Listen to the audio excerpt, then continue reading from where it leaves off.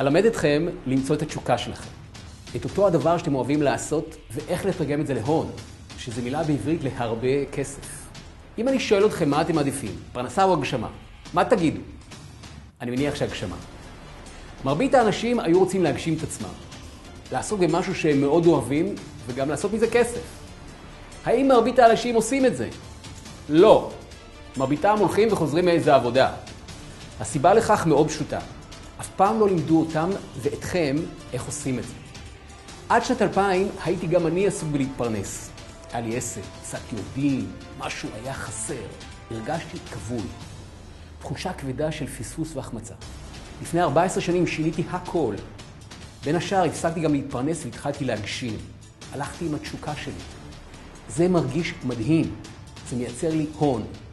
כן, זה גם מאוד מהנה וגם מאוד מאוד משתלם.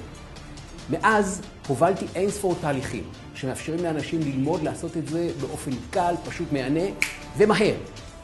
הנה מה שאני שומע הרבה. אני לא נמצא במקום שחלמתי להיות בגיל הזה.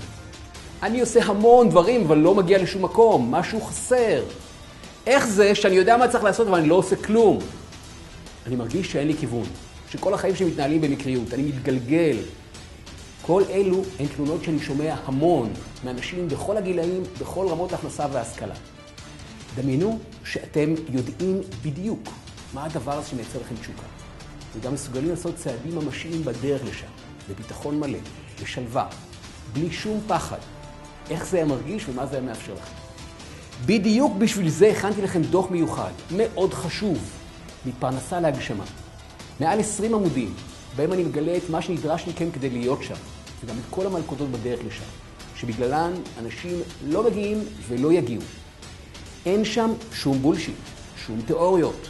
מעולם לא קראתם משהו כל כך בהיר, ברור, פשוט ומהנה. רק הכניסו כאן את פרטי המייל שלכם, והוא בדרך אליכם. באהבה, רובי.